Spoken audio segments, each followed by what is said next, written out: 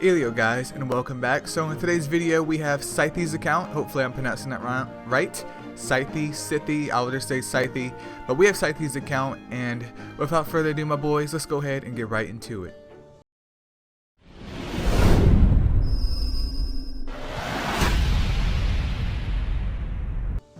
Alright, so starting off here, Sythee. Once again, I apologize if I'm pronouncing that wrong. For the most part, your mom box looks great. We talked before a little bit on Discord, and you're definitely geared towards Titans. I would say at the moment, predominantly just wood, because you don't really have any Sea Strikers for the other ones that I could see. There's no like Wendigos or Dark Enders or anything like that, and there's like, I think you have like a Wukong, Fire Wukong for Wood Titan, but your Wood team, which would be, you know, for attacking water, you got the mons for that, so that's some good stuff. And your gems looked fine. The only one that I wanted to point out to you though is your Sura. You have him on HP set, which is fine, I guess, if you're just trying to match sets. But when I went through his gems, I noticed that he has his crit rate gem right here, and then he has a crit rate gem right there. So he has double crit rate gems on him and HP. Now, I like the fact that I'm assuming that you read his skill where his stun only activates if he crits for a 100% chance for 2 turns. I'm assuming that you you read that, so you try to make his crit as max as possible. However, this is never the way to build mons. Maybe this is just your one-off weird mon that you may not have touched lately, but you should never put double crit rate gems on your mons. It's just pointless. You lose out on a lot of other stats just to hit the critical rate value, and literally that's it. And especially, the only thing that drives me up the wall here, I'm not like OCD or anything, but you have crit rate gems and there's 6 stars, but you only have them at +9. If you're going to use a crit rate gem, max it out. Even if it's a 5-star crit rate gem, max it out, because there's no reason to not max it out, because crit rate caps at 100%. So if you max it out, you get 54%. Like, you're missing out on 20% crit rate right here just because you don't have the gem max. So if you're going to use a crit rate gem, max it out. Don't use multiple ones. If you need a mon to hit max crit, the easiest way to do that is just put him on an intuition set. Maybe you don't have good intuition gems right now, I understand, but get him on intuition set. Even if it's a sucky intuition set, that's gonna boost him up to near max crit as much as possible, and then throw in a crit lead as well. That should help him get very, very close to max crit on an intuition set, of course with a crit rate gem on him. So that's the only thing that I wanted to point out to you about that, because I was just like, come on man, come on. Don't do this to yourself. But let's go over here to Golems and make sure we got some good solid Golem teams for you. Alright, so we're over here at B7. I'm not sure if you're doing B7 because your team looked like it might have been for B10, which is good. But I'll just give you a template for all of these. That way you can translate this over to Dragons as well. Just remember, you may need to swap out 1 or 2 mons. Probably just 1 mon though, with a healer in the event that you need it. But you can feel free to test out on Dragons on your own, or maybe click on one of my Dragon videos and see if one of those videos can help you here. Well, help you there. But definitely got Rudolph. So as long as she's built up, which you do have her at Evo 3 level 60, I'm assuming that you actually use her. She should be perfectly fine to use here, especially for crit rate lead. Wood Banshee as well. Congratulations, you're pretty much done with B7. You have Odin as well, which is always lovely to have. And anyone else? I mean, you could throw in your Evo 2 Shadow. I'm not sure exactly how good he's geared up, but you can throw in Evo 2 Shadow, or you can throw in your Dark Mona, and congratulations, your B7 team is done. Like, this is it, boys. This is it. For Dragons B7, well, for the Dragons equivalent of water though, I would maybe swap out Rudolph and put in a healer if you need it, because Dark Mona has better stats than Rudolph, and Rudolph is good, but obviously with her being a Nat 3, her base stats are just a lot lower than the others, which is unfortunate. But your B7 team, easy peasy, dude. You shouldn't have any problems with that. Let's move on over here to B8 though. You have Dark Mona, congratulations, you have beaten B8. You also have Fire Draka. I've seen many people use Fire Draka there. 2 Monas. Congratulations, dude. You're done. Your B8 team is done. Let me swap her out just to get that little boost for the other Mona. Yeah, congratulations. Your B8 team is done. Like, there's nothing else to talk about here. So that's nice that you have an easy way to do B7 and an easy way to do B8. For dragons, obviously, if you wanted to use Monas, or at least one of the Monas, I would recommend you get 1 to 60. And if she's not booked up already, book her up. But, you know, bring in 1 Mona, maybe bring in Dark Mona and a healer. And what was Sonic's skill set? Oh, he has attack up. You could bring Sonic in there as well because of his attack up to benefit everyone else if you don't need a healer. But in some cases, it may be better just to bring in Sura instead of Sonic, just for the simple fact that after you fix his gems up, he does have the ability to CC the Mons before you get to the Dragon. Now, once you get to the Dragon, of course, it's pretty much the same as it has always been. You want a Mon, particularly with defense down, which you do have Fire Yuki at Super Evo. So you want her to apply defense down on the Dragon and try and burst him down within 2 turns. So you shouldn't have any problems with the fire version of the Dragon as well. Obviously, if you're having issues, drop one of these and put in a healer and you should be good to go. Let's move on to B9. You already have freaking Fire Yuki, which is a great debuffer. We can actually slide in Wild Fang if you want. You have Fire Draka, which again is wonderful, and then Dark Mona, and congratulations, you are now done with B9. Easy peasy. If you don't want to use Fire Wild Fang, you can throw in your Fire Sig, who I saw that was on a not an optimal siphon set, but dude, if you can get a siphon set to work, congratulations, dude. That's half the battle. That's good enough for me. You can throw them in there and you're good to go, dude. Like, that's it. That's it. Maybe you don't even want to use your Dark Mona, even though I probably would. Fire Vault, congratulations. B9 is done for you. In terms of dragons, same thing as before. Bring a healer if needed. I would probably drop Fire Sig and bring in someone else, maybe Wild Fang for more self-sustain and damage, or you could keep in Dark Mona. But Valk could definitely be useful there too because of her CC, just to help burst down the mobs before you get to the dragon with full SP. And now for the moneymaker, B10. Since you have Fire Draka and Purse, in my opinion, I would just go ahead and drop Nike. Like, yes, Nike is a tank, and you don't necessarily need to not use her, but you have Mons already that we've seen that already do a great job at doing what they need to do.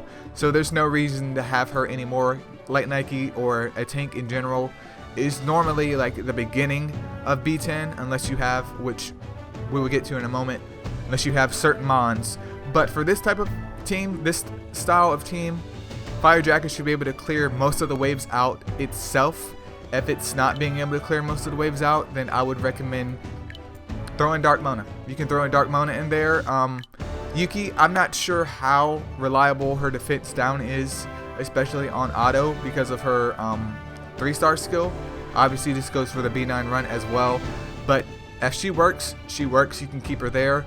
If not, maybe Banshee would be more stable because her morale boost means that her defense down is going to AoE everyone every single time that she does it, and it's not going to force the AI to focus on one single target, which is what Mons with defense down on the 3-star skill tend to do with the AI.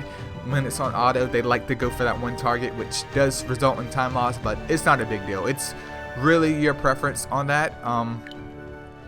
So you can have these two as wave clearers essentially. If you don't want to use defense down, you can throw in Dark Mona or someone else that's good at wave clearing. Even your Fire Sig, but he's Evo too, so I feel like Mona would work, especially if she's booked up. If you want these two as wave clearers, or if you want Banshee and Draka as wave clearers, and then let's see if we can get you something else. I didn't really see any sappers on your team, which I personally would recommend 2 sappers, but I know guys that run B10 without sappers at all, but normally they have like a light Siegfried or 2 light Siegfrieds, so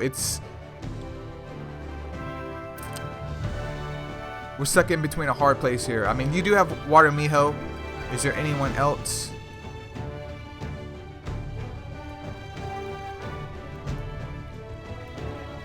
Water Sea Star, I mean, they aren't my favorite sappers. They get the job done, but a build like this could potentially work out for you with both Miho and Sea Star obviously being booked up in level 60. Super evolution not required. I wouldn't even recommend super evolving them unless you just have the spare stones, because sap is based off the enemy's HP and not their attack. But a setup like this would work for you, but that is a steep investment to get these both to 60. I'm trying to think of something else that could work out for you as well.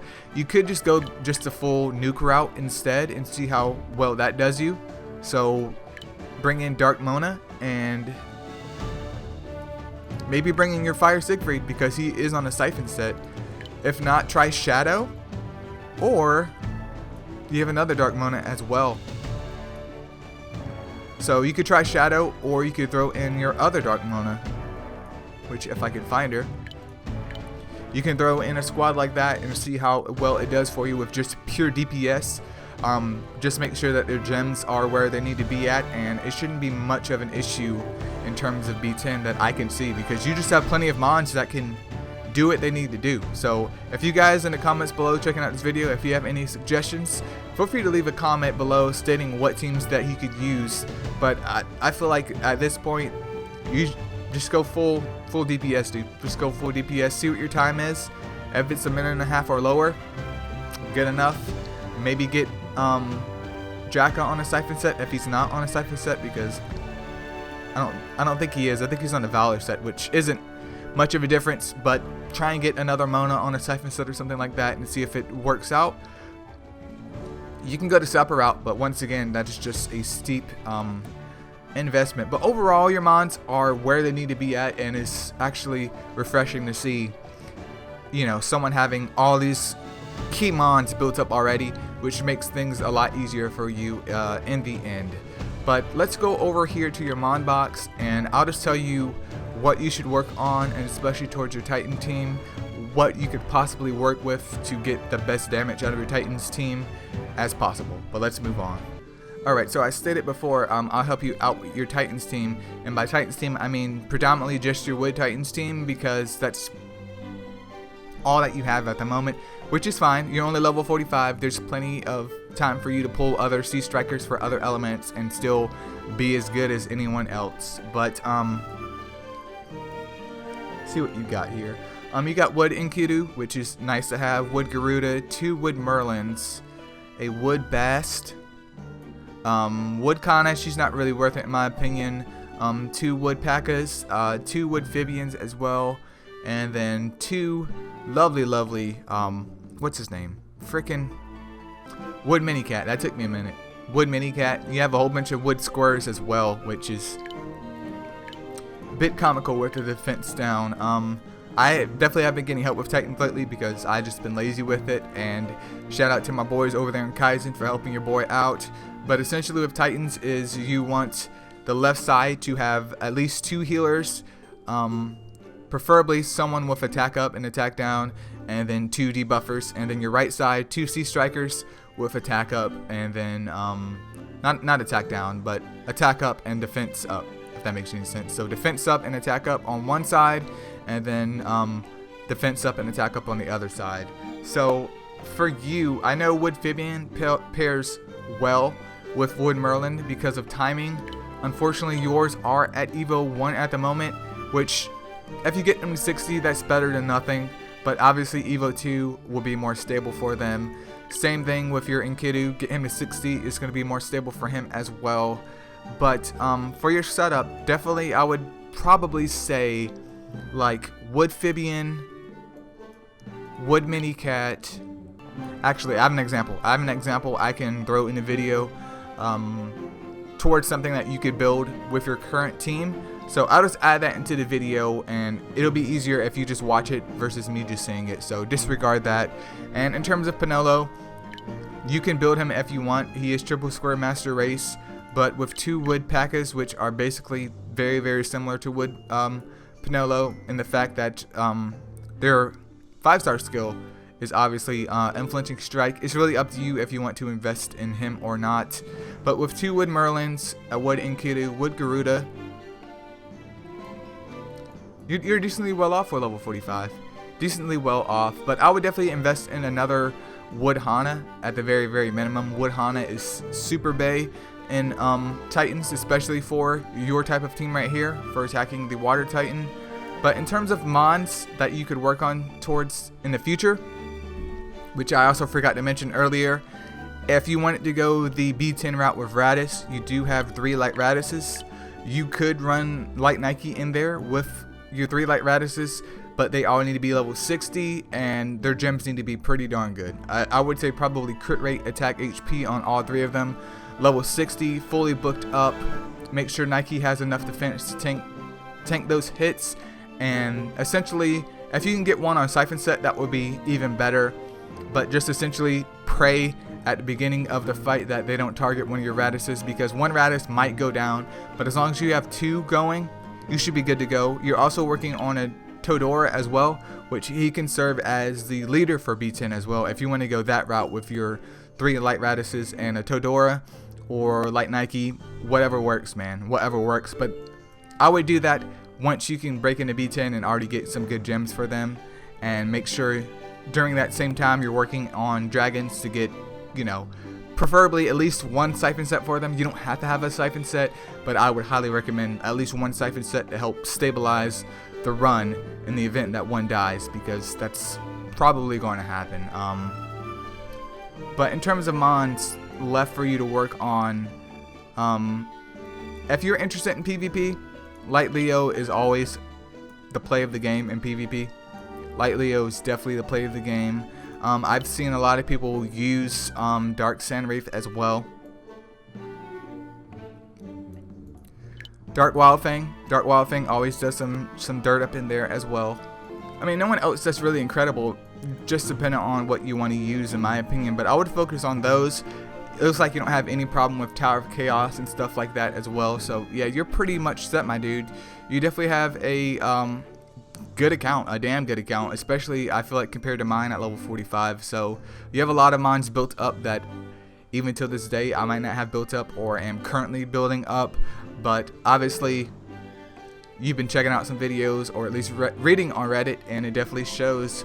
But yeah, I definitely hope this video helped. If you guys want an account review, you have to join the Discord and either DM me or hit up one of the boys in the MSO chat, and I'll catch you guys up there. But as always, guys, thank you so much for watching. If you guys have any ideas or anything that you wanted to say in the video that I might have missed, once again, leave a comment below, and I'll see you guys in the next video. Peace out.